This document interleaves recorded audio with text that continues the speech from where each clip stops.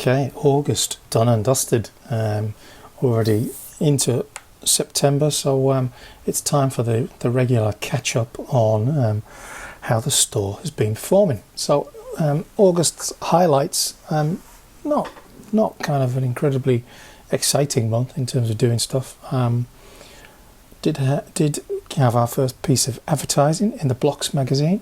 Not yet seeing any particular uptick in that, but it's a bit of an experiment, so we'll see how it goes over the next couple of months. Lots and items have continued to increase after quite a jump up last month. It's pushed on again, which has been really good. Very mindful of trying to keep those lots up, as we've talked about in previous performance videos. And the level of orders is also picked up. Whilst kind of there are times when the month feels quite slow, one of the good things about doing these videos is you get to look back at it in its entirety and understand how the entire month has been. So as you can see, the inventory has been climbing since the end of July at the end of August, and spiked up just at the end there. It's trailed away a little bit since then. There's been some decent orders, but nothing too crazy, nothing to worry about at all. And items has been fairly steady, kind of on the increase, kind of through that middle of August onwards, and picking up again in the last couple of days. Following on from last month's kind of inventory breakdown, percentages haven't shifted at all in terms of the part percentage. 97% new, 3% used, and the value of that is split 96/4. So no change, despite adding an awful lot of what I felt was an awful lot of new, to be honest. But there was a big batch of Technic and some wedge plates and stuff like that went in that kept that balance. I imagine that will be different in September, as there isn't a lot of used sitting there waiting to be added.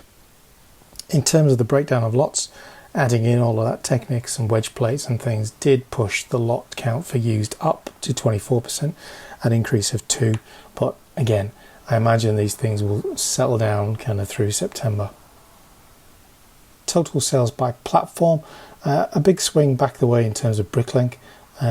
This on-off kind of hot and cold kind of situation that you get with Brickell continues, dropping from 24% down to 20%. And Bricklink dominating again at 80, which is fairly normal, to be fair. New versus old, again a big increase in new. I think there was a big rush on used when there were basic bricks and plates. With those having thinned out dramatically, that percentage has dropped back to 14% from 19%, and new accounting for 86%. What's been added through the month? Week 32 and 33 were obviously big weeks in terms of adding in. Week 34 wasn't quite so big, but actually sales in week 34 were really weak. And then 35 picked up a little bit, but certainly not to week 32 levels. And the adding remained similar. So a total sold of 33,205 items, with 93,503 being added. So a good increase and growth in the store as a result of, sadly, slower sales. I'm keeping this one just as a way of kind of referencing where I am, trying to create some kind of pattern and information. Week 36 is where we're at the moment, and we're closing in on 14,000 parts being added. So again, another growth week, I will imagine. The old sales by colour, no surprises. Light blue, dark blue, black, white, dark tan, reddish brown, tan, red, the usual suspects. Fairly even split as it staggers away from light blue grey down to white, and then the best of the rest below that. Medium blue, kind of an interesting one. That seems to have been very popular in the last couple of weeks, along with medium azure. Whether people are building particular mocks or what, but medium blue definitely came out from nowhere. So total sales through August actually matched July at 197. That said, it was a bit of a longer month in terms of it having 5 weekends in it. So just flat, no percentage increase there, whilst revenue increased 11.7%. So that's good to see a couple of months bumping along where the revenue is increasing. A new addition to that is the percentage of sales. Obviously we've already seen is 80-20, but in terms of what that accounts for in percentage of revenue, it's 84% coming from Bricklink and 16% of revenue coming from Brickowl. An interesting one to monitor going forward to see whether or not the dominance of Bricklink equates to the dominance in value, or whether or not Brickowl has smaller orders, which tends to be the case, but there are outliers, of course. Items sold, as we've already covered, is 32,205. Pretty decent, kind of right up there with April, May, not topping May's 32,886, but it's certainly a growth, a nice growth on the month before, another 17.4% increase there. So a couple of steady months. The pattern seems to be 2 or 3 good months and then a drop, so we shall see. In terms of daily sales, again, kind of given that it was the same as July, 197, the average was the same at 6.4 per day. And as you can see, there's a fair few days where Brickowl had no sales, which is this kind of on-off kind of relationship that Brickowl seems to have. Who knows? Maybe the advert will kind of change that a little bit. We'll see as we pass through September if we have a bit more consistency. Some good peak days, kind of 10 orders on the 13th there. Was that 9 orders? 9 orders here on the 22nd. So some good ones, tipping that average up to 6.4. What that meant through the month was quite kind of a flat curve this month. Wednesday and Monday being the quietest of them, but Thursday, Friday and Sunday, Saturday, Sunday and Tuesday all on a fairly even keel.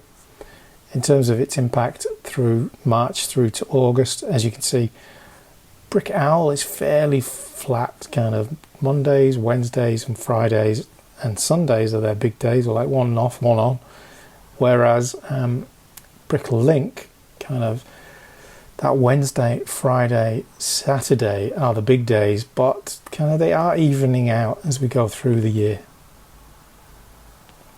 A new addition is weekly sales, just charting where we are. This becomes more interesting as we move into these weeks where we've got data from 2023. But obviously, week 35 is significantly higher. As you can see, we're way above, but you would expect that given that the store is significantly bigger. We shall see how that tracks moving forward, but it's one that I thought was probably interesting because it does relate to the scale of the store. Speaking of which, so 2023 Bricklink was 53 orders, 2024 is 157. Brickowl was 9 back in 2023, which wasn't a full month from recollection, and it is 40 in 2024. Parts have increased in that period 897%, with lots increasing 180%. Revenue increased by 348% from August 2023 to 2024. So parts had increased by almost 900%, and revenue 350. So is that a third-ish kind of? Maybe that represents 1/3 kind of revenue growth for, you know, if you doubled 100%. You'd get an uptick of maybe 30% sales. I don't know. That's the kind of data that I'm trying to get to so that I can see the benefits in increasing scale and stuff like that. Orders per day, as you'd expect, increased on that from 2 to 6.4, a decent jump, 220%. And orders over 100 is an interesting one, having gone from 4 in 2023 to 15 in 2024, so a decent amount of high value orders through the month.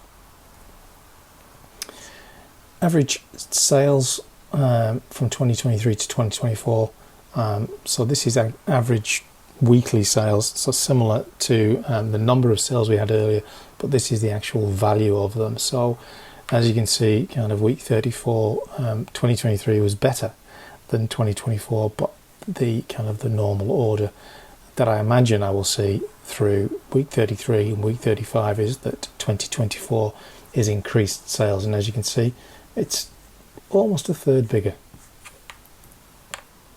Year on year, Bricklink monthly sales, this top left chart here, obviously we are peaking up there. Whether October will be an incredible month again, who knows?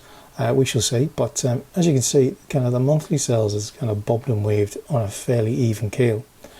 Whilst the same could be said of Brick Owl. Yes, sales were bigger in August, and I imagine they will be bigger in September. But we'll see, kind of as we move through this, whether or not the scale of the store directly impacts the amount of orders. Orders per day, as you know from kind of earlier videos, it's been pretty steady around that six or so. It's kind of tipping up to 6.4 in the last couple of months. Store has increased in volume again, but it's a slow start to the month, so you never know. But it's definitely, if it showed this amount of growth through the year, that would be reassuring. This bottom one really just represents store growth, and as you can see, kind of we had a steep curve in the first 6 months, flattened out kind of through April, May, June, picked up in July, jumped up in August, and hopefully we can get it up again in September. Items sold monthly, again, I mean, this should be very reflective of the data before, but just a visualization of it, to be honest. August in 2023 was fairly small versus how we're looking at it in terms of 2024.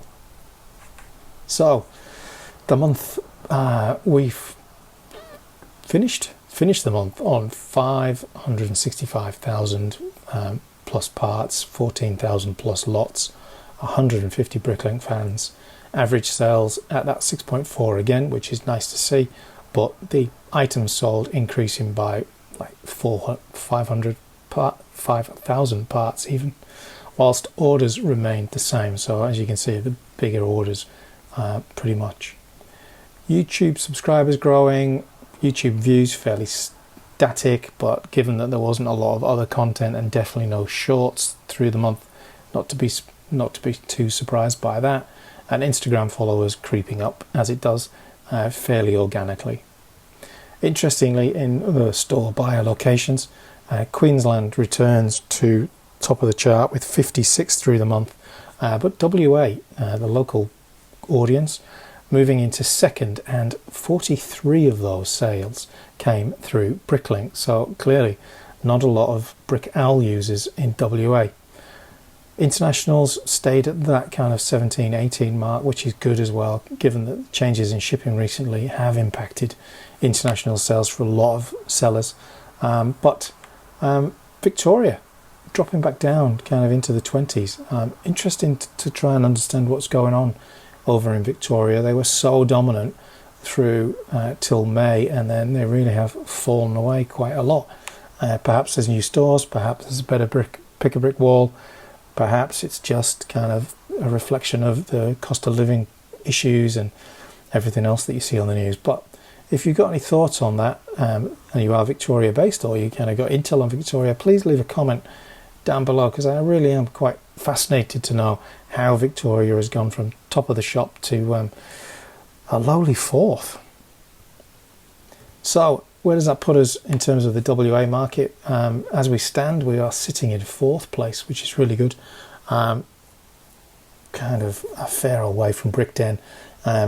Something to note from previous videos, you'll know that Brick Warehouse were and are still the biggest store in Australia. They were at about 1.6 million parts at the end of July. They have gone up considerably and continue to, adding over 1 million parts in the month. So incredible effort to get up there. So chase them down if you want. And what that means in Australia, it means no change. We're still sitting in 8th, and the WA stores, 3 of them in the top 8, which is pretty good. Down the bottom here, there are 771 stores across Australia open, for those of you that are interested in that kind of thing. So September, inspired by Pop's Brick Shop, I'm actually going to start setting kind of like a daily and weekly sales target financials, which might mean we need to diversify a little bit into eBay to try and hit that. Perhaps start having a little bit of inventory that lives on eBay and isn't part of the Bricklink store, just to keep that clean. But we shall see. Going to try and maintain over 550,000 items. Could be difficult if people get spending. Great problem to have, but definitely trying to keep that lot count up. It is very difficult to do that, but if you've been following the videos, you know there's been a few very interesting suggestions of how to achieve that. Next month, whilst it's not September, it's the beginning of October, so probably before the next video comes out, Mrs. Yellow Brick Road and I are going to go to Bricktober. I've never been to a brick festival, and this is the local one. Never been. Looked at the videos on the Rotary website, stuff like that. It looks a really interesting, fun day out. There's a thing where you can collect parts for a Bricktober minifigure, so we're going to do that. Just go along, check it out, get some inspiration, perhaps some ideas, meet some people maybe, who knows. I'm not much of a gregarious soul in public settings, unlike the missus. And parting out, I avoid it at all costs because it takes so much time to do, but there is quite a backlog that needs to be cleared. So parting out, high on the agenda for this month, sustaining that store, maintaining those store inventory levels, and also adding some new parts in, hopefully, to see what else is selling out there, which means it's been a good month all in all. Thank you for watching, as always. If you have questions, you've got thoughts, anything like that, please drop them down below, or just message me on Bricklink if it's a bit more insight you're after. I'm happy to discuss all of these things as ever. So thanks for watching, and I shall see you next month.